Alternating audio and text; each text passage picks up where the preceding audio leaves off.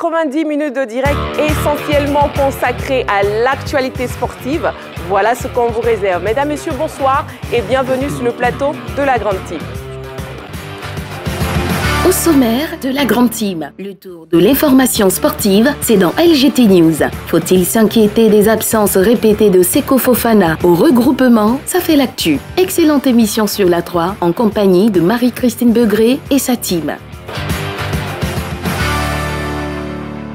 Sachez que vous avez le droit de participer à cette émission, oui, en nous appelant sur le numéro de téléphone de la 3, le 27 21 59 93 99, ou en nous écrivant sur la page Facebook de la 3 pour répondre à la question LGT. La question LGT de ce soir, justement, faut-il s'inquiéter des absences répétées de Seko Fofana au regroupement? On en parle donc tout à l'heure dans l'actu. Ce soir, je serai en compagnie de Dago Charles, de Ballot, de Roger Stéphane et d'Henri Joël. Bonsoir, messieurs. Bonsoir Marie-Christine. Comment vous allez? Ballot, comment vous allez? Ça va, et chez vous? Très bien, merci. Ça va. Dago Charles, ça fait un moment, hein? Ouais, mais enfin, ça va. C'était un tout petit repos? Oui, mais c'était aussi dû à mon équipe, hein, à l'Atomic Sport de Lakota, Oui. qui se battait aussi pour monter en division régionale. Et Dieu merci, ça s'est bien passé. D'accord, Voilà. bon. Nous, on est contents de vous revoir sur le plateau de la Grande. Moi également. Roger Stéphane, bonsoir. Oui, mais ça va très bien. Oui. La soirée commence bien, j'espère qu'elle va bien finir. Je compte sur vous en disant ça. Je découvre que Dago Charles est dirigeant de club. Ah, mais ça, c'est très bien. Un ancien footballeur qui devient dirigeant de club, ça, c'est vraiment le bel exemple, quoi. C'est une bonne reconversion. Mais c'est exactement ce qu'on attend de lui. Je parlerai tout à l'heure Oui. d'Aboulaye Traoré qui fait de la détection. Mais c'est ce qu'on attend de nos icônes. Hein. Aller rendre au football, donner au football ce que le footballeur a donné. Vraiment, bravo, mon cher Ané, Dago Charles. Félicitations. Parce que l'autre ne peut pas. Je n'ai Henri pas parlé Joël, de bonsoir. Henri Joël ne m'a pas dit mon bonsoir. Bonsoir Marie-Christine. Voilà. J'ai dit un premier bonsoir. Oui. Et puis j'ai dit un deuxième bonsoir. Et un troisième? Bonsoir Marie-Christine. Voilà, c'est bien. Bon, ça va. Décidément, ces messieurs. Oh, ça va aller. Déjà, ça, on vous montre comment est-ce que la soirée sera ce soir. On débute avec LGT News. LGT News. LGT News. Argentine. Lionel Messi justifie son choix de s'engager avec l'Inter Miami. Dans une interview qu'il a accordée à Beansport France, Lionel Messi est revenu sur son surprenant choix de signer pour l'Inter Miami. Tomé la decisión de que voy a ir a Miami. Y todavía no tengo cerrado 100%, nos falta algunas cosas, pero bueno, decidimos continuar el camino ahí. Un poco sí, porque como decía recién, la verdad que fueron 2 años donde yo no era feliz, donde yo no disfrutaba y eso me afectaba a mi vida familiar, donde me perdía muchas cosas de... Sí, la verdad que sí, que obviamente que tenía mucha ganas, mucha ilusión de poder volver, pero por otro lado, después de haber vivido lo que viví, la salida que tuve, el cual no quería volver a estar otra vez en la misma situación y esperar a ver qué iba a pasar y dejar mi futuro en manos de otro, por así decirlo de alguna manera. Quería tomar mi propia decisión pensando en mí, en mi familia.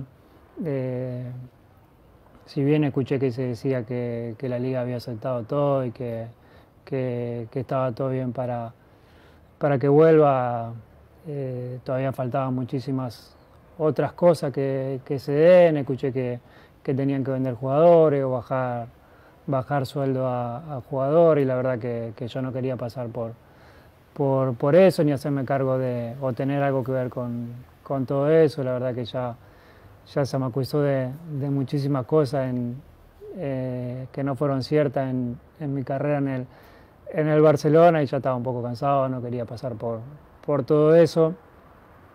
Y bueno, la vez que me tuve que ir, la verdad que también la liga había aceptado también que me inscriban y al final no se pudo hacer y bueno, tenía el miedo ese de que vuelva a pasar lo mismo y tener que andar a la corrida también como como pasó, que me tuve que venir acá a París, a estar en un hotel mucho tiempo, con mi familia, con mis hijos yendo al colegio y todavía estando en el hotel. Y bueno, quería tomar mi propia decisión y por eso fue un poco que no se dio mi vuelta al Barça, si bien me dice, tuve el mes que fue espectacular para mí, haber ganado el Mundial, pero sacando eso fue una etapa difícil para mí y quiero volver a reencontrarme con el disfrute, con disfrute de mi familia, de mis hijos, del día a día. Y bueno, por eso fue un poco también la decisión de no dárselo de Barcelona.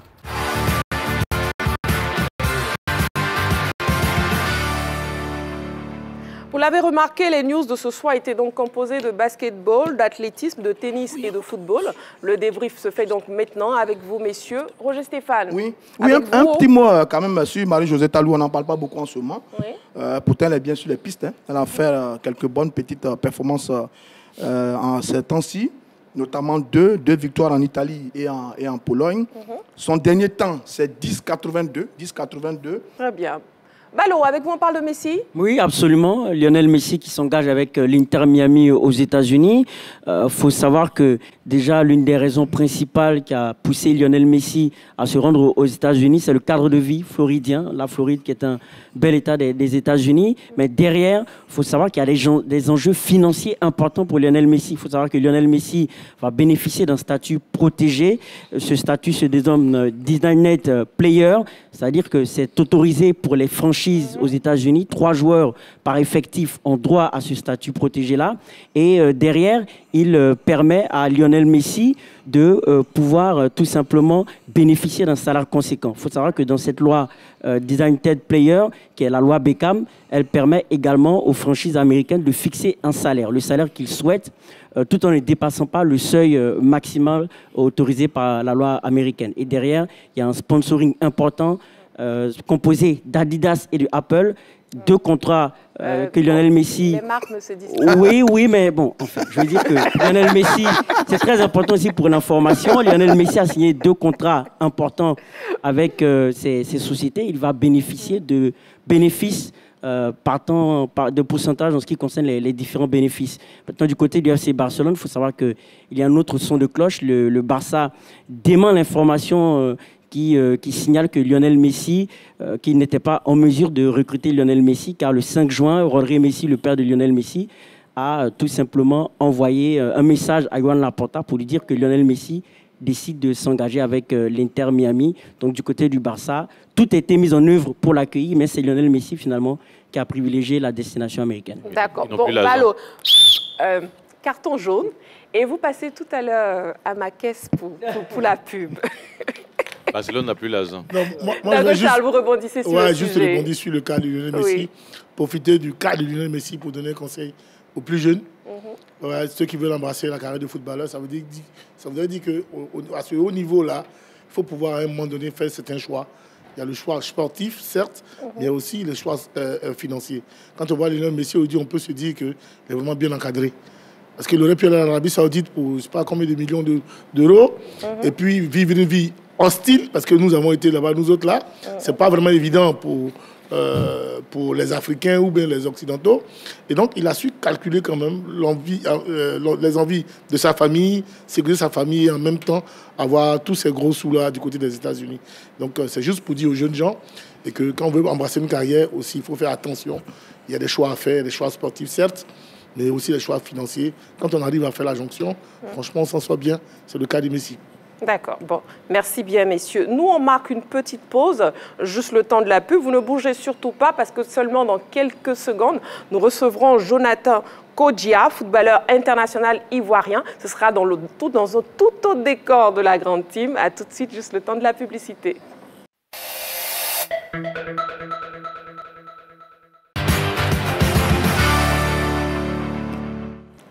Voilà, nous sommes de retour dans un autre décor de la grande team, dans notre salon avec Ballot, pour recevoir Jonathan Kodjia, mais ce sera dans l'invité.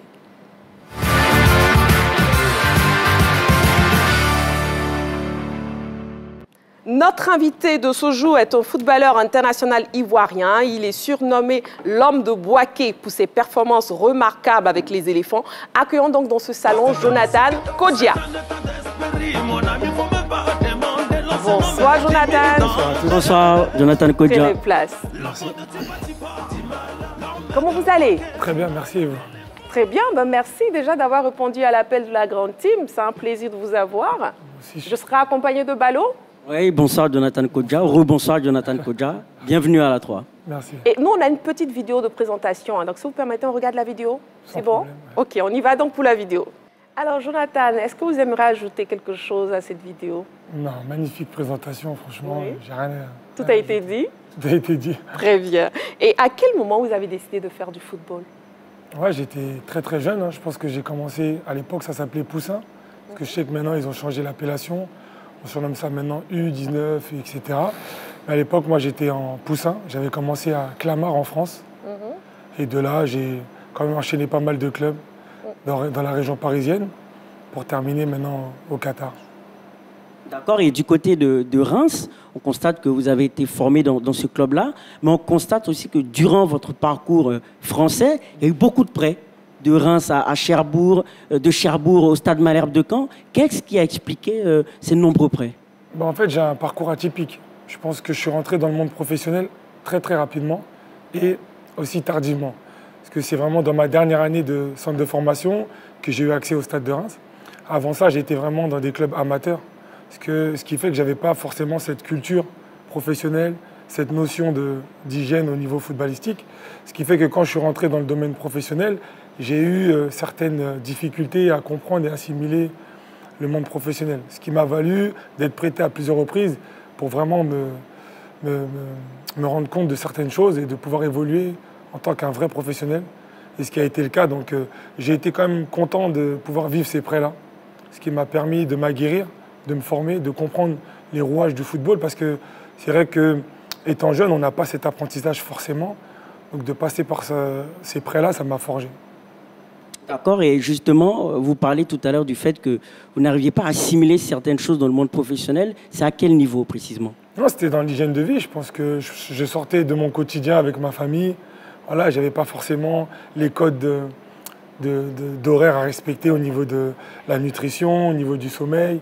Voilà, donc quand on vit en famille, on est un petit peu comme on veut, quoi. Et dans le monde professionnel, tu ne peux pas te permettre de manquer les horaires, de manquer les heures de repos, de manquer de mal se nourrir. Donc c'est tout ça que j'ai dû apprendre seul, voilà, parce que j'étais confronté à moi-même, parce que mes parents n'avaient pas forcément les capacités de pouvoir m'accompagner à cette époque-là. Donc je me suis débrouillé, je me suis forgé, j'ai assimilé, compris, et au fur et à mesure des années, à force de travail, j'ai réussi.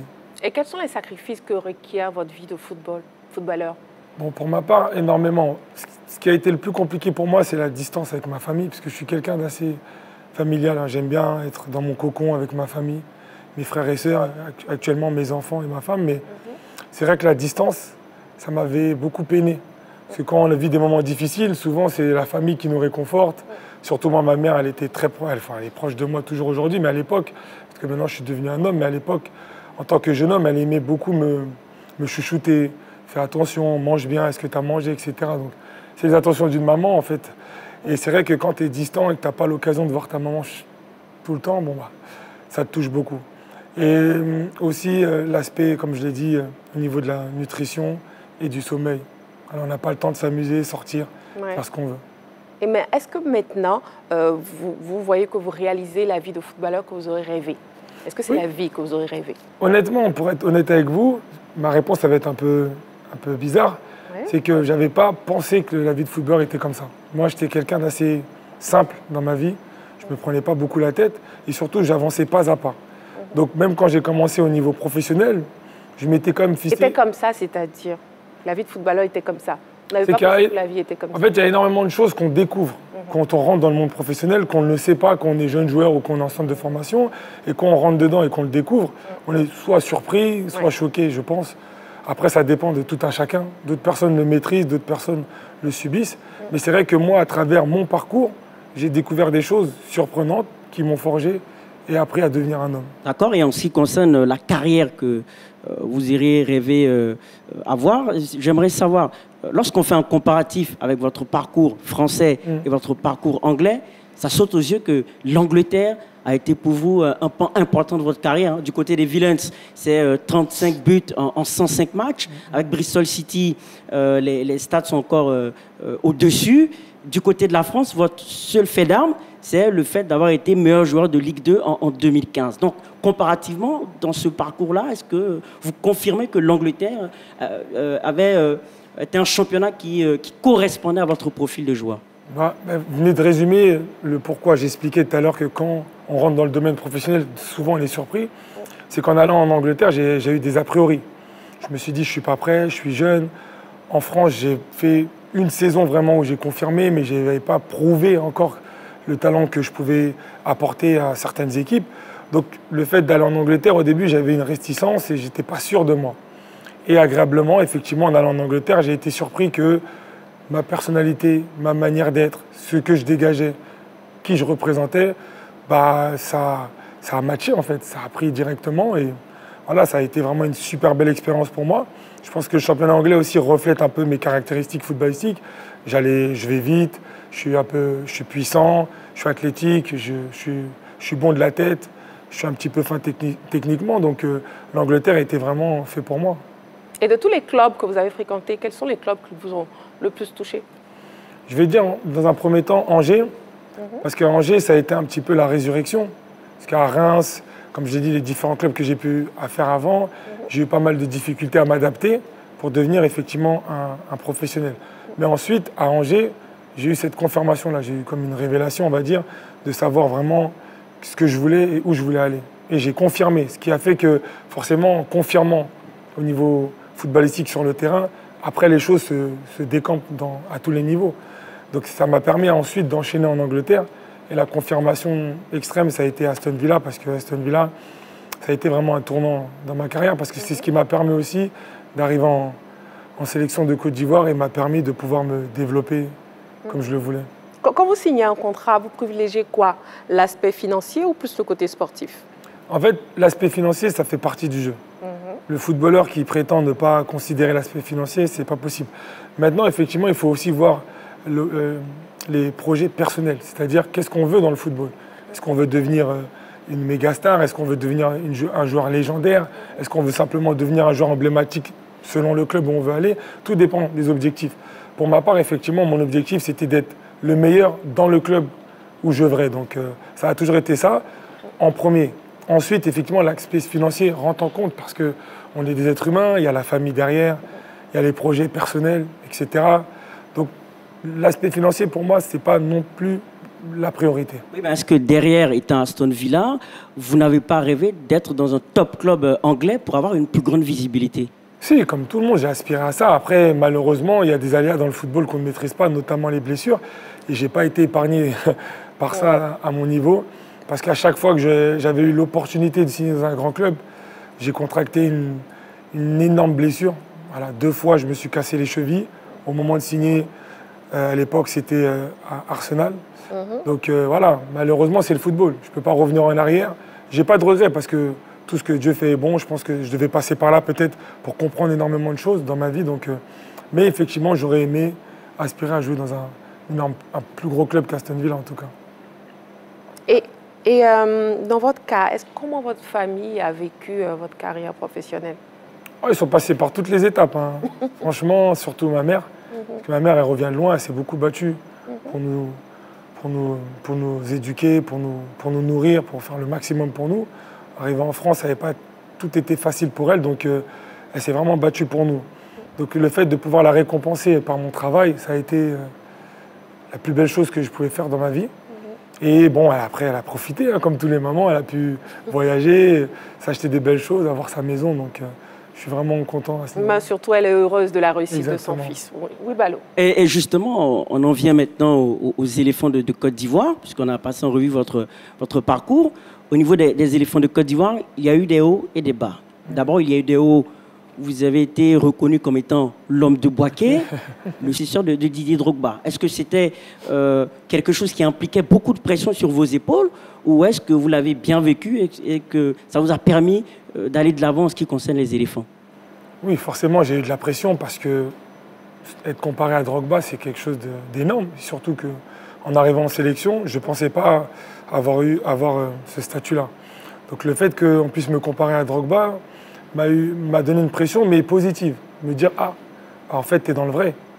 Aujourd'hui, si les gens considèrent que tu peux titiller le niveau à Drogba, c'est que tu as du talent et c'est que tu as du savoir-faire. Donc à toi de le démontrer au quotidien et de prouver aux Ivoiriens que tu mérites d'être comparé à Drogba et tu mérites ta place en sélection.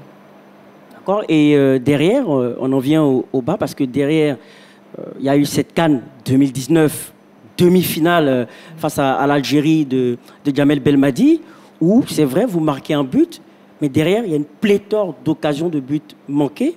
Déjà, ce qu'on veut savoir, qu'est-ce qui a expliqué le fait qu'il y a eu cette inefficacité? Est-ce que ce sont les dispositions mentales dans lesquelles vous avez abordé ce match, ou est-ce qu'il y a eu clairement de la précipitation dans vos finitions en ce qui concerne le match? Non, je pense que dans ma carrière, j'ai déjà vécu ce genre de choses.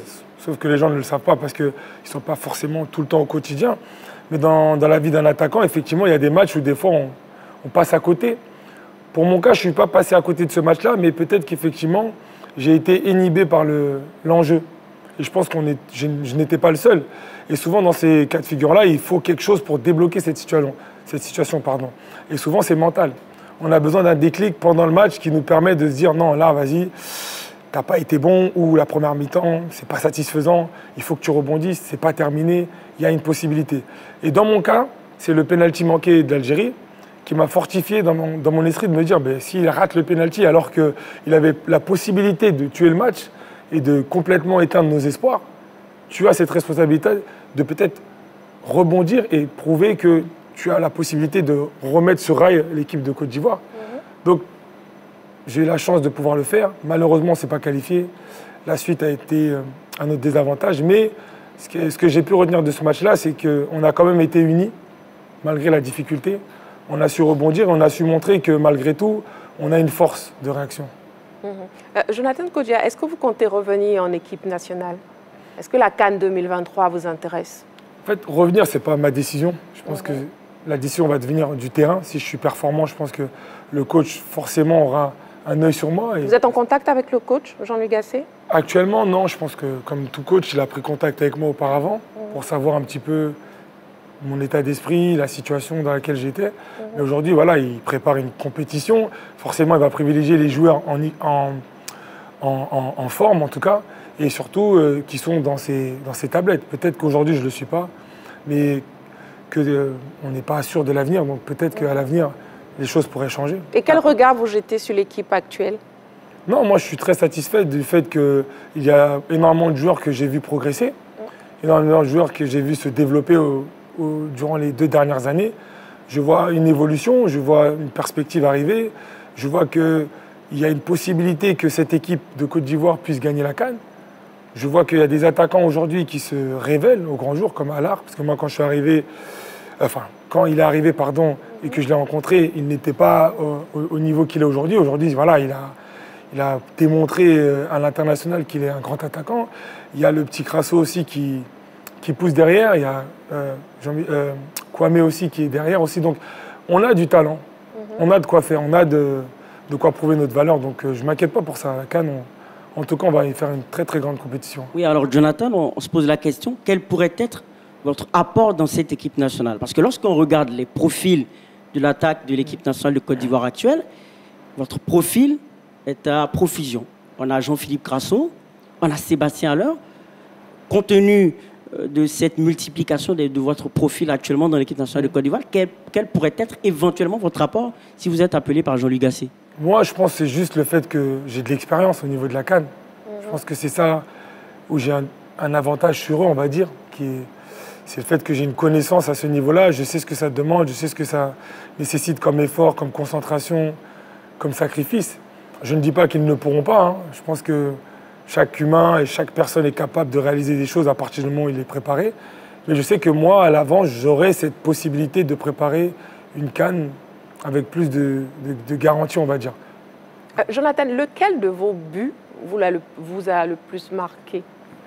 Le plus marqué, c'est contre l'Algérie, je pense, parce que, en vue de la situation, en vue du contexte, ça a été un but qui nous a énormément libérés. Je pense que dans la réaction de chacun, on voit bien que c'était pratiquement même inattendu. Chacun a été vraiment euphorique de ce but-là, alors qu'à la base, je pense que c'est un match comme tout autre. Même si on se devait de se qualifier, on sent que la réaction montrait qu'on était quand même malmené. Et on le constate aussi du côté de l'Algérie, par rapport à ce match. Selon l'effectif algérien, ça a été le match le plus difficile pour eux. Ils ont dit, en finale face au Sénégal, ça a été une balade pour eux de santé en ce qui concerne les qualités athlétiques, en ce qui concerne l'évolution du jeu. En ce qui concerne le match face à la Côte d'Ivoire, ça a été très, très difficile. Alors, on se demande, finalement, qu'est-ce qui a manqué aux éléphants ce jour-là pour aller de l'avant? Pour rebondir sur ce que tu viens de dire, nous-mêmes, on le constatait sur le terrain que les Algériens nous craignaient. Je pense que ce soit en 2019, que ce soit actuellement, individuellement, en Afrique, il n'y a pas meilleure équipe que la Côte d'Ivoire. Ça, c'est clair. Maintenant, malheureusement, dans le football, l'individuel n'est pas une priorité. Aujourd'hui, si individuellement, tu as une grosse équipe, mais que collectivement, il n'y a pas de cohésion, ça ne peut pas fonctionner. Donc s'il y a un petit bémol, je pense que c'est ça, c'est la cohésion d'équipe. Je pense qu'en 2022, lors de l'édition 2021 de la Coupe d'Afrique, je pense que le problème qu'il y a eu contre l'Égypte, ça a été ça. On a senti que les Égyptiens étaient vraiment solidaires à toute épreuve. Ils étaient prêts à se battre les uns pour les autres. Et je pense que ça nous manque. Mais je pense que ce n'est pas d'aujourd'hui, je pense que c'est depuis un certain temps. Je pense que c'est ce qui nous manque depuis des générations. On manque de solidarité dans les moments difficiles. Je pense que quand tout va bien, naturellement, tout le monde est solidaire. Mais par contre, quand on est confronté à une difficulté, on a du mal peut-être à resserrer les coudes et se dire, bon, aujourd'hui, on est ensemble, on va le faire ensemble, coûte que coûte. Jonathan, actuellement, vous êtes un joueur libre. Est-ce qu'on peut avoir la primeur de votre prochaine destination? Non, pour l'instant, je suis en pourparlers, donc il n'y a rien de très, très officiel, on va dire. Donc pour l'instant, je suis dans des discussions avec différents clubs. Donc au moment voulu, effectivement, vous saurez où je signerai, mais je suis en préparation et je fais le nécessaire, en tout cas, pour être prêt. Et vous voulez retourner en Europe? En tout cas, j'y pense. J'y pense fortement. Oui, et vous estimez donc que la Coupe du Monde au Qatar n'a pas eu un impact conséquent sur le championnat qatari, parce que je vois que vous avez été à Al Gharafa et maintenant vous êtes à Salah Sporting Club. Exactement. Donc est-ce que vous estimez qu'aujourd'hui la Coupe du Monde n'a pas eu un effet escompté pour vous permettre de rebondir, raison pour laquelle vous voulez retourner en Europe? Je pense que le championnat qatari a un projet qui est vraiment exceptionnel. Après, effectivement, il y a des aléas dans le football et dans la vie de tous les jours. Ce qui fait que je pense que l'effet escompté de la Coupe du Monde n'a pas forcément été au beau fixe. Donc pour ma part, voilà, je pense que j'ai fait ce qu'il fallait de mon côté au Qatar. Et je pense que là, je dois repartir sur une nouvelle aventure, une nouvelle base, me ressourcer, me relancer différemment. Très bien. Jonathan, nous, on a une vidéo pour vous. Il y a des gens dans les rues d'Abidjan qui ont désiré vous adresser des messages. Donc on regarde. Ok, sans problème. Allons-y. Déjà, c'était un très bon joueur. Un très bon joueur. Il était talentueux par ses touches. Il avait la carrure d'un attaquant même, d'un vrai attaquant. C'est dommage qu'il n'a pas su s'imposer comme son prédécesseur Drogba. Mais c'était quelqu'un qu'on pouvait compter. On pouvait compter sur lui. Franchement, on dit depuis un certain moment, on ne le voit plus. Je ne sais pas ce qu'il devient, mais en tout cas, on a besoin de lui à l'équipe nationale aussi. Bon, Jonathan Kodia, c'est un joueur que, bon, je n'ai pas trop apprécié sa carrière d'abord. Il a été plus ou moins passable dans l'équipe nationale parce que je n'ai pas vu vraiment son importance dans l'équipe. Parce que qu'il soit là ou pas, on n'a jamais senti que Jonathan Kodia était là, en tout cas, selon moi. Concernant Jonathan Kodia, bon, dans les débuts, il ne me plaisait pas trop. C'est-à-dire son jeu, sa façon de jouer ne me plaisait pas trop. Mais à un certain moment, on a senti son dévouement dans l'équipe. C'est-à-dire, il partait à fond. Il peut être un peu similaire à Didier Drogba, vu comment il jouait avec ses coéquipiers, comment il faisait ses tic-tac. En tout cas, vraiment, ce que j'ai retenu de lui, il a été quelqu'un de très compétent avec l'équipe nationale. Donc s'il revient actuellement, ça sera une parfaite équipe pour la CAN 2023. Il faut dire d'abord que c'est un joueur que j'admire beaucoup. Voilà, c'est un joueur que j'apprécie beaucoup. Et il opère au moins quand même une dichotomie entre lui et ses coéquipiers. Je vais dire que Jonathan Kodja, quand il est sur le terrain, on sait évidemment qu'il est sur le terrain. Bon, Jonathan, comment vous réagissez face à toutes ces paroles à votre endroit? Non, je pense que c'est des émotions pour moi. Après, effectivement, il y en a qui sont satisfaits, d'autres non. Ça fait partie du football. Hein. Bien sûr. Je pense que j'ai l'expérience pour ça, mais ça me fait plaisir d'écouter déjà qu'on puisse parler de moi, parce que c'est vrai que je suis quelqu'un d'assez discret dans la vie de tous les jours, mais de voir que les gens s'intéressent à moi, ça me fait énormément plaisir et de voir leur soutien. Donc, je suis très content. Et quels sont vos projets futurs? Bon, de continuer à performer au plus haut niveau et d'essayer de revenir, en tout cas en équipe nationale, s'il y a possibilité, et d'être performant dans mon futur club, que j'espère très bientôt. Et qu'est-ce que vous comptez faire quand vous mettrez fin à votre carrière de football? Encore loin, j'espère. Encore loin. Non, actuellement, je suis dans plusieurs projets. Hein. Je suis dans des projets immobiliers. Je suis aussi dans l'art, dans l'événement. Et je suis dans la musique. Donc, j'allie toutes ces choses, entre guillemets, et je prépare ça pour la suite de ma carrière. J'envisage aussi d'être coach, ce qui n'était pas le cas il y a 2-3 ans. Parce que j'ai eu l'expérience de pouvoir coacher au Qatar, à travers mon académie que j'ai fondée là-bas au Qatar. Donc j'ai pu me rendre compte que je ne suis pas mauvais en tant que coach, que j'ai des bonnes analyses, que j'ai des bonnes réflexions. Donc je me suis formé, j'ai commencé mes diplômes. Donc j'espère que ça débouchera sur un club. Vous avez une fondation aussi? Effectivement, j'ai une fondation. Oui, et qu'est-ce que vous faites avec votre fondation? Oui, des œuvres caritatives? Oui, je fais des œuvres caritatives, je fais des dons un peu partout. J'en ai fait en France. J'en ai fait dernièrement, l'année dernière, si je ne me trompe pas, dans la commune de Koumassi. J'en avais fait auparavant aussi en Côte d'Ivoire, j'en avais fait au Qatar, j'en avais fait aussi en Angleterre. Donc j'essaye de partout où je me trouve, pouvoir aider les autres. J'essaye de redonner ce qu'on m'a donné. Parce que je pense qu'aujourd'hui, on a une chance que d'autres n'ont pas. Donc pourquoi pas leur rendre à notre manière? Et ça ne nous coûte rien aujourd'hui d'accorder du temps et de la valeur et du respect à des personnes qui se battent au quotidien dans la vie de tous les jours. Et quels sont vos goûts musicaux ou vos distractions quand vous ne faites pas le football, quand vous ne travaillez pas? J'adore la musique. C'est pour ça que j'ai fait aussi un label de musique. Parce que c'est vraiment, ça fait partie de ma vie de tous les jours. J'écoute la musique quand je dors, quand je me réveille, quand je prends ma douche, à l'entraînement, partout. Quel style musical? Je suis beaucoup dans le style américain. Je suis porté par les États-Unis. J'aime aussi le rap français, j'adore la musique ivoirienne. J'aime aussi le style congolais, j'aime bien le dambolo. D'ailleurs, en sélection, on m'a souvent vu danser, donc voilà, c'est un petit peu mon délire. Vous savez, comme la chaîne, c'est une chaîne en plus du sport, qui a aussi une chaîne qui parle de musique. Nous, je crois en régie, on a une chanson, une de vos chansons préférées. Tant mieux. Et on va faire passer la chanson. Si vous pouvez fredonner un peu, ce sera un bonheur. Là, en plus, on va entendre Jonathan chanter. Donc, on attend la musique, oui. Donc c'est l'une de vos chansons. Bon, voilà, on arrive à la fin de notre interview. Hein. Mais pour terminer, on ne va pas vous laisser partir comme ça. On va tirer des pénaltys. Pas dans le sens que vous croyez. Dans le sens figuré alors. On y va, dans le sens figuré. On y va pour pénalty.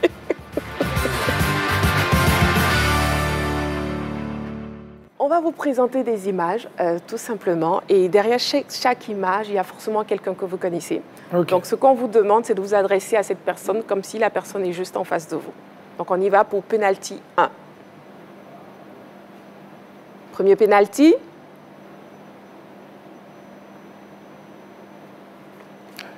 Meilleur joueur du monde, de tous les temps. Exceptionnel. Et je me ressens à travers lui parce que il a eu une très très grosse blessure au genou. Et malgré tout, il a su rebondir. Et moi, ma carrière, elle est faite de rebondissements. Je me suis souvent blessé, j'ai dû me battre pour revenir. Donc c'est une référence parce que même en étant jeune, je le regardais et il n'y a rien à dire. C'est le top du top. Deuxième penalty.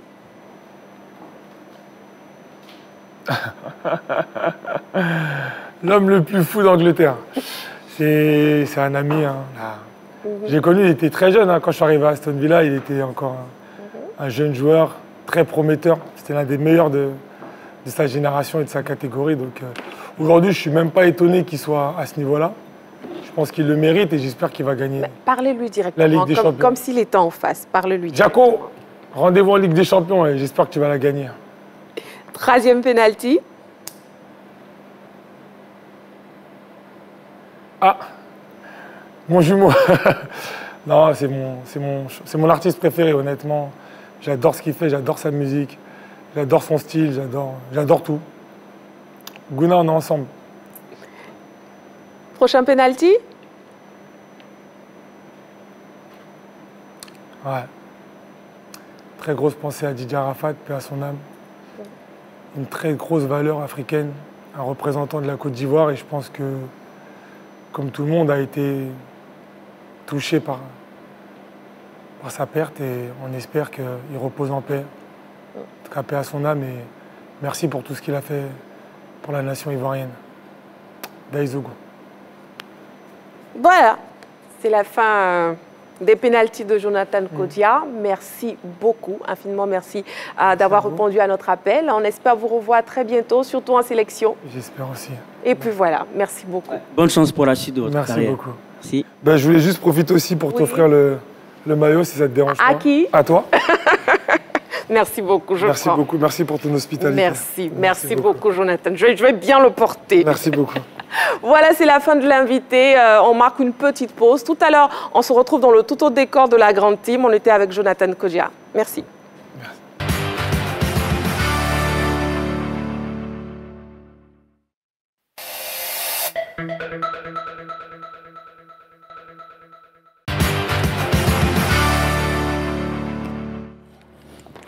De retour sur le plateau principal de la grande team avec Dago Charles, toujours Ballot, Henri Joël et Roger Stéphane et mon joli maillot offert par Jonathan Kodjia. Pas du tout. On verra bien. Vous avez été avec ce maillot. Vous êtes plus jeune que lui, hein. Vous pouvez porter ce maillot aussi. Ils peuvent même pas rentrer dans le maillot. Oui, mais vous pouvez devenir footballeur pour porter mais ce maillot-là. Bref, laissez mon maillot en paix. Voilà. Le téléphone est ouvert. Vous pouvez donc nous appeler au 27 21 59 93 99. N'oubliez surtout pas l'indicatif plus 225 pour répondre à la question LGT éléphant. Faut-il s'inquiéter des absences répétées de Seko Fofana au regroupement? C'est le sujet de l'actu de ce soir.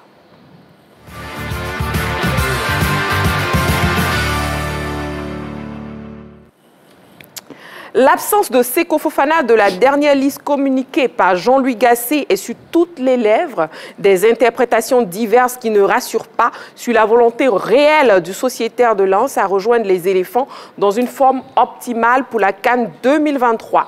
Cet élément concocté par la rédaction plante le décor. Faut-il s'inquiéter des absences répétées de Seko Fofana? Messieurs, à vos panonceaux, oui ou non? Non pour Ballot, oui pour Dago Charles, non pour Roger Stéphane, oui pour Henri Joël. Dago Charles, pourquoi oui? Oui, parce que l'élément, quand on vient de présenter aux téléspectateurs, on dit long. C'est un joueur important. C'est un grand footballeur actuellement. Il marche sur l'eau. Il est indiscutablement, pour moi, aujourd'hui, le meilleur footballeur à l'état actuel de l'équipe nationale de Côte d'Ivoire. Et il a montré toute la planète de son foot durant les matchs qu'il est venu faire l'équipe nationale de Côte d'Ivoire. Et donc, oui, il faut s'inquiéter de son absence.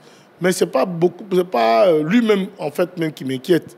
Moi, c'est beaucoup plus le sélectionneur même qui m'inquiète. Voilà, c'est dans sa démarche qu'on doit pouvoir interpréter l'attitude du joueur.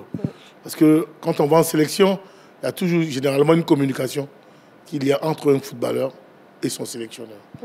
Et donc, si les choses se passent ainsi, je pense que certainement des engagements ou des conversations ou des choses ont été dites entre les deux.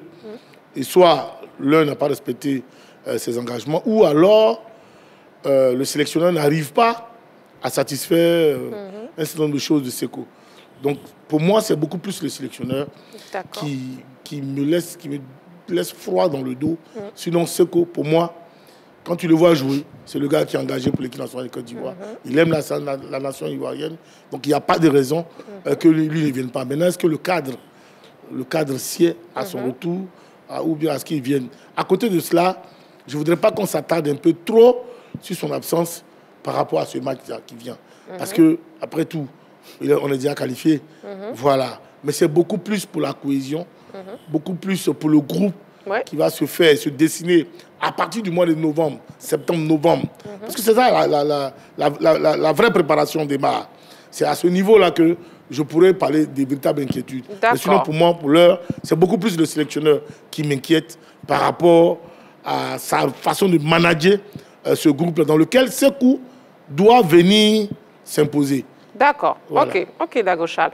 Néanmoins, la question LGT de ce soir reste, est-ce qu'il faut s'inquiéter des absences répétées de Sékou Fofana au regroupement? Henri Joël. On a dit oui. Oui. On a dit oui pour 3 raisons. Nous sommes à quelques mois, peut-être 8 mois de la Coupe d'Afrique des Nations organisée sur notre pays et la Côte d'Ivoire veut faire bonne figure. Cependant, il faudrait, pour cela, il faudrait avoir toutes ces âmes fortes pour bien préparer l'équipe et surtout permettre aux sélectionneurs d'avoir les automatismes, que ce soit en défense, que ce soit au milieu de terrain aussi en attaque. Donc, quand on a un joueur qui est Sékou Fofana, qui aujourd'hui, pour moi, je ne dirais pas peut-être le meilleur, mais qui fait partie des meilleurs joueurs ivoiriens sur l'ensemble de la saison, il se doit d'être là et surtout qu'il n'a pas véritablement évolué avec ceux qui sont là. Il n'a pas joué beaucoup de matchs.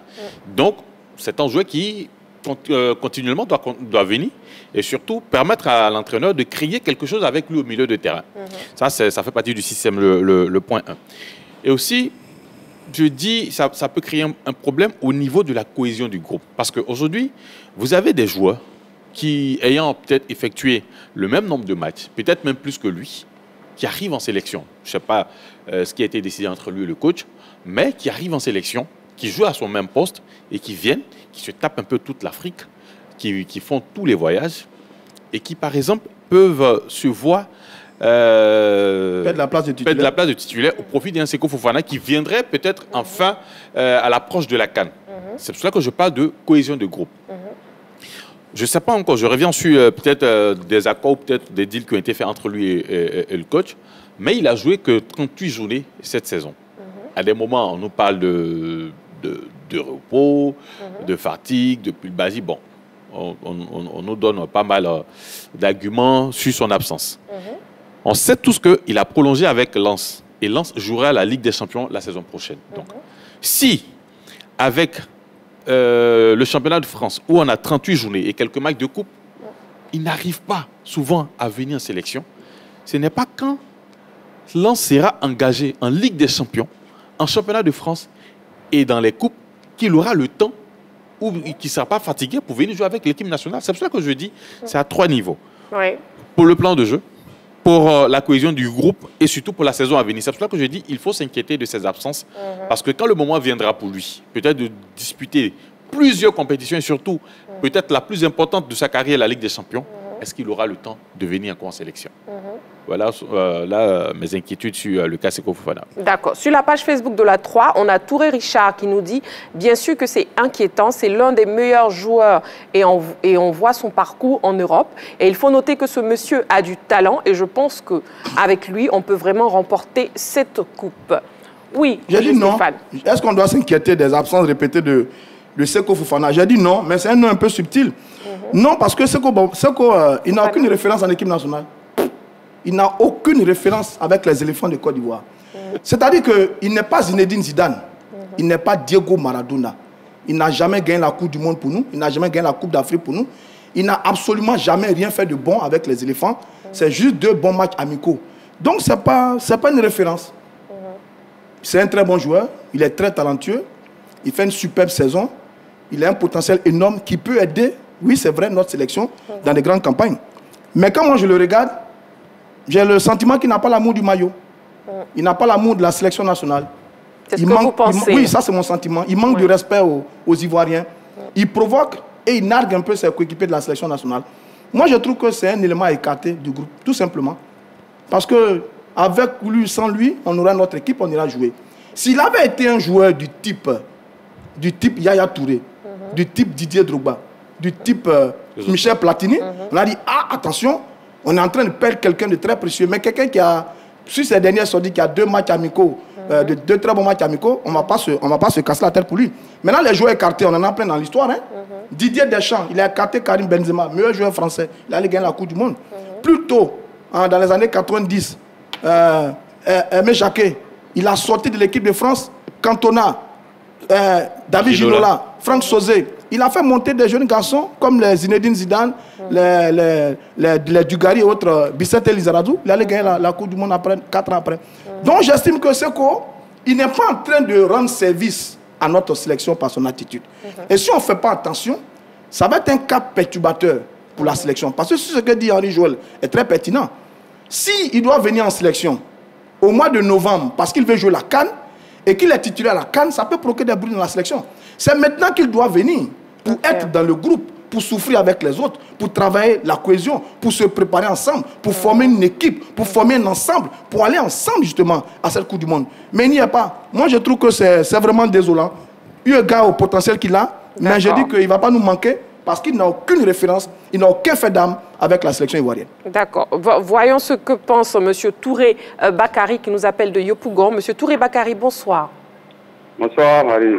Comment vous allez? Ah, ça va. Je veux intervenir par rapport à Seko Fofana. Oui, on vous écoute. Est-ce qu'il faut s'inquiéter des absences répétées de Seko Fofana au regroupement? Oui, mais moi, je suis d'accord avec ce que le jeu s'est pas dit. Stéphane, oui. Voilà, Seko Fofana n'a rien monté. Il n'a rien monté d'avant la sélection. Alors, donc, c'est pas toujours, on va parler de lui. S'il ne veut pas venir, moi, je pense que ce n'est pas la peine, il faut le laisser. Voilà, on a plusieurs joueurs. Alors, c'est pas forcé. Venir mourir maillot pour son pays, moi, c'est une fierté. Pour quelqu'un qui n'a pas l'amour de son pays, il ne faut pas le forcer. Alors, parce que ça fait plusieurs fois maintenant, il nous fait ces sales coups. Donc, si c'est qu'il n'est pas prêt pour venir dans cette sélection, c'est pas la peine. D'accord. Alors, c'était ma présentation. Tout le monde sait que le talent est là, pas de problème. Mais s'il ne veut pas, on ne peut pas le forcer. D'accord. Merci beaucoup pour votre participation. Merci beaucoup, M. Touré Bakary. Merci. Sur la page Facebook de la 3, on a aussi Ouaï Joël Gouli qui nous dit « Seko, laissez-le en équipe nationale de Lens. Prenons les gens qui ont envie de mouiller le maillot de Côte d'Ivoire. » Balo, oui, on vous écoute. Moi, j'ai dit non. Non, parce que déjà sur les 2 conférences de presse, les 2 interventions de Jean-Louis Gasset, rien ne dit que Seko Fofana ne sera pas présent à la Coupe d'Afrique des Nations. Ce qui ressort des conférences de presse de Jean-Louis Gasset, c'est qu'il y a des arrangements entre lui et Seko Fofana. Sur la première absence de Seko Fofana... Mais pour l'instant, on s'inquiète par rapport à ces absences au regroupement. Hein. Oui, mais j'en viens... Des absences répétées. Oui, des absences répétées, mais je suis en train de dire que c'est vrai, au-delà des absences, ce qui doit inquiéter, c'est les arrangements entre lui et le sélectionneur. Est-ce que le fait que Jean-Louis Gasset lui offre des faveurs ou lui permette de s'absenter parce qu'il estime que soit il doit se consacrer à son club ou qu'il n'est pas en forme physiquement ou qu'il souffre d'une pubalgie, qu'il ne doit pas être présent au regroupement, ce sont ces arrangements-là qui peuvent avoir des conséquences néfastes sur, si vous voulez, l'évolution même du joueur à la Coupe d'Afrique des Nations. Si on lui fait des faveurs en équipe nationale, est-ce qu'il aura la détermination, est-ce qu'il aura la motivation nécessaire pour pouvoir porter cette équipe à la Coupe d'Afrique des Nations? Je pense que là, ça, c'est la vraie interrogation. Quelles seront les conséquences de l'arrangement entre lui et Jean-Louis Gasset? Maintenant, en ce qui concerne son apport dans le jeu, pourquoi est-ce qu'il ne faut pas s'inquiéter? Parce qu'aujourd'hui, dans le milieu de terrain de la Côte d'Ivoire, on a 2 maillons forts sur lesquels cette équipe peut s'appuyer. On a le jeune Amad Diallo, qui est dans un profil intéressant offensivement, dans la mesure où il a une belle vision de jeu, il a une belle technique. En ce qui concerne Sangare Ibrahim, qui est dans un profil un peu box-to-box, c'est-à-dire qui a à peu près la même faculté de projection que Seko Fofana, je pense qu'en termes d'absence au regroupement ou en termes de méforme de Seko Fofana à la Coupe d'Afrique des Nations, moi j'estime que ça n'aura pas de conséquences irréversibles sur la tenue du milieu de terrain ivoirien. Donc, raison pour laquelle moi j'estime que il n'y a pas de feu à la demeure.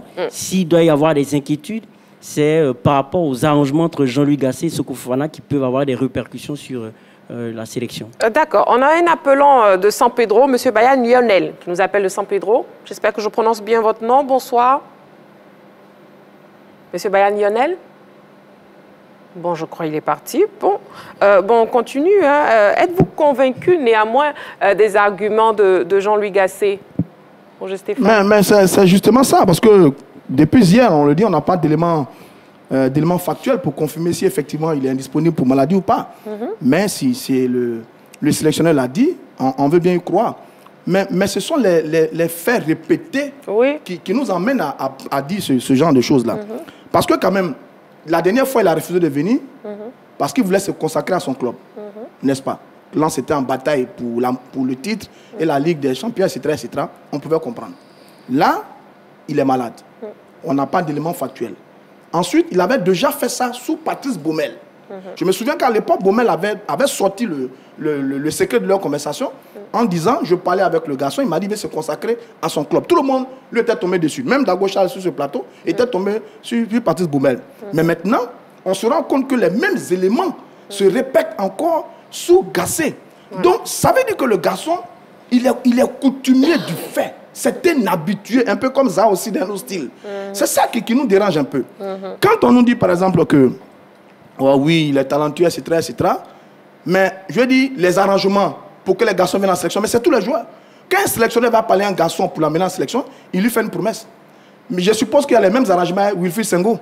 Parce que Gasset, il a ramené Senghor, et puis il a ramené Seko. Mais Senghor vient au regroupement. Wilfried Senghor, il vient au regroupement à chaque fois, mais lui aussi, il a eu des promesses. Maintenant, qu'est-ce que les gens nous disent dans les couloirs? Qu'il a eu la promesse du brassard de capitaine. Vrai ou faux, je n'en sais rien. Mais même sur ça, mais attention, il n'a pas l'âme d'un capitaine. Le capitaine, soit c'est l'entraîneur qui le choisit, mais tel qu'il est en train de bâtir cette relation à l'entraîneur, un entraîneur peut le choisir pour le capitaine. Deuxièmement, des joueurs peuvent choisir un capitaine. Est-ce que ce qu'il est en train de faire en sélection là, des joueurs peuvent le proposer pour être capitaine de la sélection? Donc j'ai dit que Seko, il est en train de devenir un problème dans nos mains et dans la sélection. Et pourtant, quel talent il a. Donc, les sacrifices qu'il fait pour Lens, mais pourquoi il n'en fait pas, ne serait-ce que juste la moitié avec la sélection ivoirienne? Et c'est ça qui dérange les gens. D'abord, j'ai dit qu'il n'est pas venu maintenant, mais il va peut-être venir en novembre, à l'approche de la compétition. Mais pourquoi lui doit attendre novembre pour venir jouer à les éléphants, pourtant 2 mois après la Coupe d'Afrique? C'est maintenant qu'on prépare ensemble la Coupe d'Afrique des Nations de football. Ce n'est pas en novembre. D'accord. Donc, vraiment, c'est dommage. L'affaire Seko Fofana, c'est vraiment dommage. D'accord, Charles, on revient à vous tout de suite, ne vous inquiétez pas. On a M. Fiei Bernabé qui nous appelle de Port-Boué, il est en ligne. M. Fiei, bonsoir. Oui, bonsoir, madame. Comment vous allez? Oh, je vais bien chez vous. Je vais très bien, merci. Alors, on vous écoute. Je salue la table. Salut. Oui, tout le monde vous salue. Bonsoir, monsieur. On vous écoute. Est-ce qu'il faut s'inquiéter des absences répétées de Seko Fofana au regroupement? Bon, je crois que Seko Fofana en fait de trop. Comme l'a dit monsieur Roger Stéphane, il en fait de trop. Parce que si une personne qui doit venir défendre sa patrie et à chaque fois on devait courir derrière toi et que tu ne réponds pas, vraiment, c'est la honte, tu mets sur ta famille.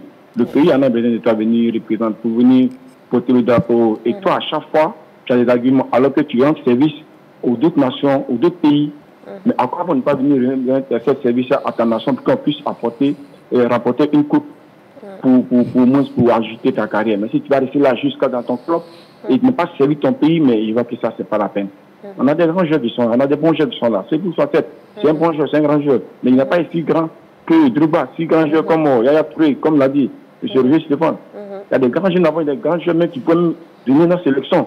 Mais ils ont mis leur cœur pour venir défendre notre pays. Mais pourquoi pas lui ne peut pas le faire? Et il peut faire aider les autres pays. On a des joueurs comme ce jeune Akassé Jaoulé qui joue bien. On a des jeunes comme le jeune Ismaël qui joue, il joue bien, mais pourquoi ne pas appeler dans le même profil comme Sekou? Mais par contre, s'il lui refuse de venir, c'est quoi qu'on lâche? Il y a 2 joueurs qui sont là, même qui jouent bien comme lui aussi. Sans lui, on peut gagner. Avec lui, on peut gagner. C'est une question de se démouiller le maillot et aller de l'avant. La Côte d'Ivoire a des bons joueurs qu'on peut les appeler pour pouvoir représenter le pays. Pour ceux qui veulent mouiller le maillot, Sekou en fait de trop. Même Fiza, il vient, mais parfois aussi il a des mêmes arguments. Mais par contre, il vient. Mais Sekou refuse carrément. C'est pas un match amical, ça ne fait rien. Le match amical, c'est une manière de chercher des joueurs à qui il faut mettre au poste. Mais on dit compétition majeure, il faut être toujours là pour défendre ton pays. Et c'est un peu là aussi ma Et il y a longtemps de cela aussi, bon, je n'arrive pas à vous gêner depuis les jours où on l'a perdu. Oui, c'est un peu compliqué, c'est un peu compliqué. C'est un peu compliqué, mais déjà, ça fait plaisir de vous avoir ce soir et on espère vous avoir d'autres soirs. Merci beaucoup pour votre participation. Merci beaucoup. Bonne soirée. Oui, Dago Charles. Mais finalement, est-ce qu'on devrait dire que Seko Fofana se fait désirer? Non, non. Moi, je dis, je le répète ici sur ce plateau. C'est non pour vous. Ce n'est pas un footballeur qui décide de quand je viens en sélection. D'accord. Je le dis sur ce plateau. C'est pour ça que je voudrais que Roger Stéphane retire ses propos, parce qu'ils sont forts. C'est des propos qui créent des clivages dans une équipe. Parce qu'après, c'est de tels propos que ceux Fofana viennent jouer, que des footballeurs entendent, ça crée des clans, des clivages dans des équipes. Ce n'est pas Seko Fofana qui décide de venir jouer aujourd'hui ou demain. C'est le sélectionneur qui décide d'avoir Seko Fofana et Seko Fofana le dit. La règle de la FIFA impose que le footballeur professionnel réponde à la convocation de la fédération de son pays. C'est une règle de la FIFA. Seko Fofana ne vient pas, c'est avec forcément le consentement du sélectionneur. Donc ne tirons pas à boulet rouge sur Seko Fofana. Ça, c'est aussi clair que ça. S'il discute pour moi avec son sélectionneur qu'il ne vient pas, c'est parce que le sélectionneur trouve que les arguments que Seko Fofana lui donne là sont recevables. Oui, mais il y a un état d'esprit. Moi, je pense qu'il y a un état d'esprit. Pas tous en même temps. C'est moi qui ai été interpellé.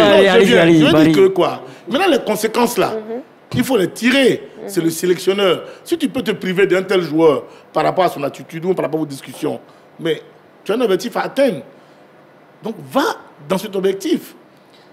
C'est de ça qu'il s'agit. Il s'agit des objectifs qu'on t'a donné à atteindre. Est-ce qu'avec Seko Fofana, tu vas les atteindre? Est-ce que sans lui, tu vas les atteindre ou... Voilà, c'est ça la réalité. Mais ce n'est pas Seko Fofana qui dit on m'a convoqué sur cette liste-là. Je dis je ne viens pas. C'est pas ça. Ok, c'est bien compris. Ballot, allez-y. Une minute, messieurs. Ballot, je vous donne la parole. Merci, Dago Charles. Merci. Avant que Roger Stéphane intervienne, moi j'aimerais dire que c'est quand même inquiétant. Parce que derrière ce que Jean-Luc Gasset, selon les propos de Dago Charles, c'est que c'est Jean-Luc Gasset qui apprécie s'il a besoin de joueurs ou pas. Donc c'est un état d'esprit inquiétant parce que ça sous-entend que Jean-Luc Gasset estime qu'on est qualifié d'office. Il apprécie, si vous voulez, il estime que... Non, attendez, non, c'est inquiétant. C'est-à-dire que... Non, il faut rappeler le contexte quand même des matchs qu'on dispute. C'est vrai qu'on est qualifié d'office, mais ces matchs ont pour objectif de nous préparer, de préparer des schémas de jeu, de préparer des automatismes entre les joueurs, de préparer lui-même son intégration. C'est Seko Fofana, parce qu'il faut savoir que c'est un nouveau venu, si on veut comparer par rapport à l'arrivée de Jean-Luc Gasset. Il vient d'arriver. Donc, il doit s'incorporer, se fondre dans le moule du milieu de terrain, d'un milieu de terrain qui a longtemps été composé de Kessié, Sangaré, Seri Jean-Michel. Donc, lui, il doit créer des automatismes, avoir une homogénéité avec les joueurs qui sont là. Donc, si en Côte d'Ivoire, on est dans l'état d'esprit qui se traduit par le fait qu'on est déjà qualifié d'office, donc on peut se passer de Seko Fofana, c'est véritablement inquiétant pour un pays qui se dit pays organisateur, qui veut aller chercher cette Coupe d'Afrique des Nations. C'est inquiétant pour le sélectionneur. Mieux. Parce que ce qui se passe là, c'est pas vous qui faites les sélections. Non, c'est pas nous. Henri Joël, vous avez la parole, allez-y. Dago Charles, carton jaune. Rouge même. Voilà, nous sommes là pour les analyses. Et moi, ce que je trouve, c'est qu'aujourd'hui, pourquoi on pose la question? Parce qu'on pose la question, se dit d'ici novembre, d'ici décembre, est-ce que le joueur acceptera de revenir en sélection? C'est pour ça que nous sommes en train de discuter aujourd'hui. Alors, si c'est le cas, qu'est-ce que ça va créer au sein de la sélection? Parce qu'aujourd'hui, vous avez des joueurs qui ont presque joué les mêmes nombres de matchs sur l'ensemble de la saison, tout comme Seko Fofana, mais qui viennent en sélection. Et que si demain, lui, à l'approche de la CAN, accepte de venir, qu'est-ce que ça va créer au sein de l'équipe? Mais vous n'avez jamais été dans une sélection. Oui, mais je vous parle. Dago Charles, vous allez prendre un carton rouge. Je n'ai jamais été dans une sélection, mais je sais très bien que ces gens d'attitude peuvent créer des frustrations au sein d'une équipe.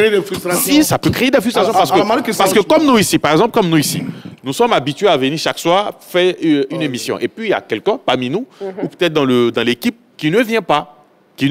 Et demain, on est amené à être récompensé quelque part. Sur peut-être une grosse émission. Il trouve des arrangements. On estime que celui qui ne venait pas aux émissions, là, est le plus adapté, par exemple, pour prendre la place d'un tel ou d'un autre.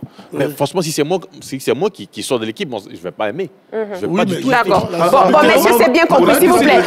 Si vous permettez, on est obligé d'avancer. Roger Stéphane, je reviens à vous tout de suite, s'il vous plaît. Il faut que je lui réponde. Non, j'ai été interpellé. Bon, répondez assez rapidement, j'ai été interpellé par Dangochal. Oui. Il fait de la fuite en avant, Dangochal. Peut-être comme il était ancien footballeur dans les éléphants, peut-être il a cette attitude pour défendre un éléphant.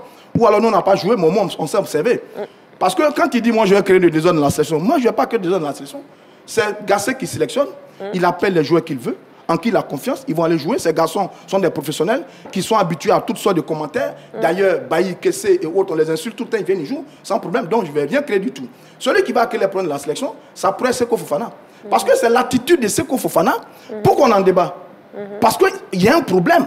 J'ai le sentiment que c'est un garçon que le sélectionneur aime. Gasset l'aime bien.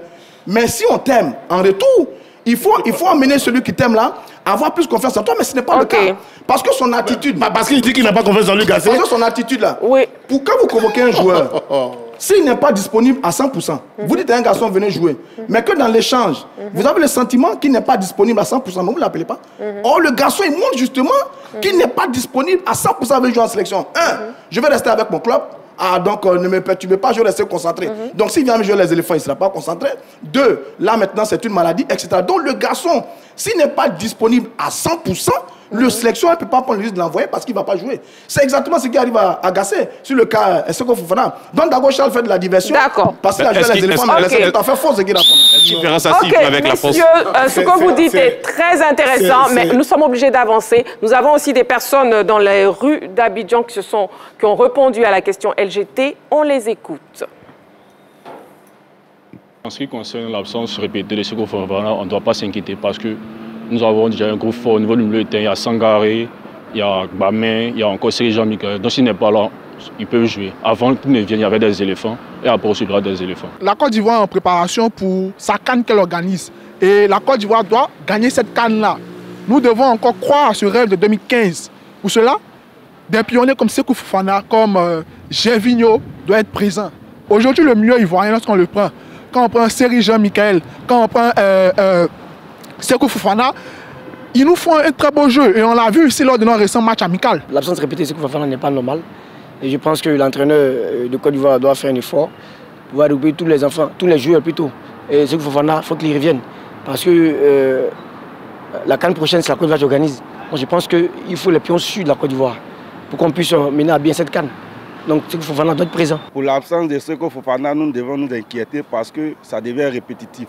S'il y a un problème, il faudrait que le coach même expose le problème pour qu'on trouve une solution avant même le commencement même des hostilités de la CAN qui vont se dérouler en Côte d'Ivoire. Parce qu'on n'a pas le droit de perdre cette CAN parce que c'est chez nous. Il faudrait qu'on mette tout en place pour au moins avoir cette CAN-là. Pour moi, oui, il faut s'inquiéter parce que Seko Fofana, c'est un pion sûr. Vu les circonstances qu'il mène à l'équipe de Ligue 1 à Lens, en France là-bas, c'est un buteur, il marque beaucoup. Il fait plein de choses extraordinaires, que tout le monde est fier de lui. Donc franchement, dis-moi, pour moi, s'il n'est pas à l'équipe nationale, c'est un poids qui est vraiment lourd pour nous. Parce que c'est un joueur talentueux, un joueur formidable. Et puis, il montre de ses talents qu'il va aller au bout. Sacré Seko Fofana. Bon, messieurs, un dernier mot avant de passer au carton de la semaine. Dagocha. Non, mais sincèrement, je voudrais que on ne s'attarde pas trop vraiment sur la question de Fofana. Parce que le football, c'est ça. C'est de ça qu'il est question. Des joueurs ont été des joueurs souvent infréquentables à un moment donné. Puis dans d'autres circonstances, ils sont venus. Et puis le groupe les a acceptés et ils ont fait des super campagnes. Donc bon, je pense que pour l'instant, le véritable responsable de ce cafouillage-là qu'il y a dans cette sélection, pour moi, c'est le sélectionneur. C'est à lui de situer tout le monde dans une conférence de presse pour dire que Seko, voilà ce qui se passe entre lui et moi dans nos conversations. Et je pense qu'il n'est pas en même pour l'instant de répondre aux convocations. Donc je me passe de lui pour prendre ceux qui sont en même de venir jouer dans la capitale pour l'équipe nationale. Donc je pense que les Ivoiriens seront tous fixés, mais qui ne nous laissent pas comme ça. C'est pour ça que je dis, en équipe nationale, c'est une règle d'or. C'est le sélectionneur qui décide de celui qui vient ou pas. Quand on est malade, on doit forcément venir en sélection pour venir le faire constater. S'il ne lui permet, de ne pas venir avec sa fiche médicale pour l'attester par les médecins de l'équipe nationale, mais c'est lui le sélectionneur qui se laisse emporté par l'attitude de Sékou Fofana. Et non, Sékou Fofana. Très bien. Voilà, on ferme cette fenêtre Sékou Fofana et on passe au carton de la semaine.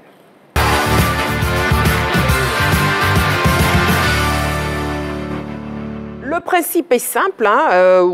Chaque chroniqueur doit commenter un fait de l'actualité sportive. Vous avez 3 cartons donc devant vous, messieurs. Le carton vert, satisfaction. Le carton jaune, avertissement. Et le carton rouge, sanction. Henri-Joël, votre carton vert. Carton vert pour certains joueurs, certains cadres de la sélection, notamment Gradel, Bailly, Aurier, Caissier. Vous savez, ces messieurs ont toujours été vilipendés par les Ivoiriens. Nous-mêmes ici, souvent, on leur tape dessus. Mais à chaque sélection, à chaque convocation, ils sont les premiers à être là. Ils sont là, ils viennent, ils mouillent le maillot. Peut-être au niveau des performances pour certains, c'est plus comme avant. Oui, c'est plus comme avant, mais ils sont toujours présents. Donc c'est pour cela qu'aujourd'hui, je monte ce carton vert là pour leur dire merci pour tout ce qu'ils font pour la Côte d'Ivoire, pour tout ce qu'ils font pour la sélection. Et vraiment, on va continuer de les encourager à venir en sélection. Parce qu'avec eux, peut-être, on peut remporter une autre CAN. D'accord.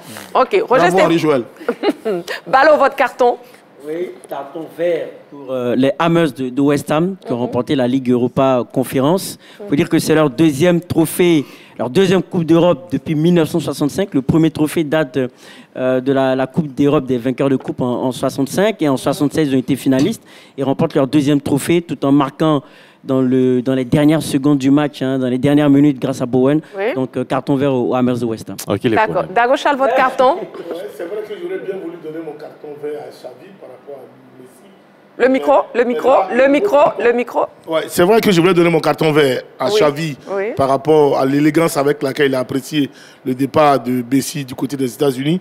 Mais désolé, je vais donner le carton rouge à Jean-Luc Gassier pour le flou dans lequel il nous laisse la question qui concerne Sékou Fofana. Et vraiment, pour ça, il lui donne le carton rouge. D'accord, merci Dagochal. Oui, Roger Stéphane. Je vais donner un carton vert à un aîné, une perle du football ivoirien, Aboulaye Traoré, dit Ben Badi, le mouton d'or, Abdallah Traoré, qui a lancé la 5e édition de la caravane de détection nationale. Carton, monsieur. Voilà, carton vert, qui a lancé donc la 5e édition de la caravane de détection nationale de talent U17. La caravane va durer 5 mois. Elle va traverser 10 villes à l'intérieur du pays. Bouaké, Abengourou, Divo, Bonois, Dimokro, Daloa, Sinématiali, Abouasso, San Pedro et Dabou. Le but, c'est de détecter des talents et leur donner l'opportunité de réaliser leur rêve, de pratiquer le football. Bravo à Ben Badi pour cette caravane. Bravo à cet ancien joueur qui a donné beaucoup à la sélection ivoirienne et qui est en train de donner aujourd'hui beaucoup aux jeunes talentueux. C'est ce qu'on attend de ces anciens joueurs. Il a su réunir autour de lui toute sa belle bande championne d'Afrique en 92, Aka Kwame, Ben Salah et autres. Bravo à Aboulaye Traoré. Si seulement toutes les icônes pouvaient faire comme Aboulaye Traoré, le football ivoirien. Le fait déjà. Merci, messieurs. Il a compris après Dagochal. Moi, carton jaune pour vous, messieurs, parce que vous débordez dans le temps et je suis obligé d'accélérer la fin de l'émission à cause de vous. On part donc au plus calé.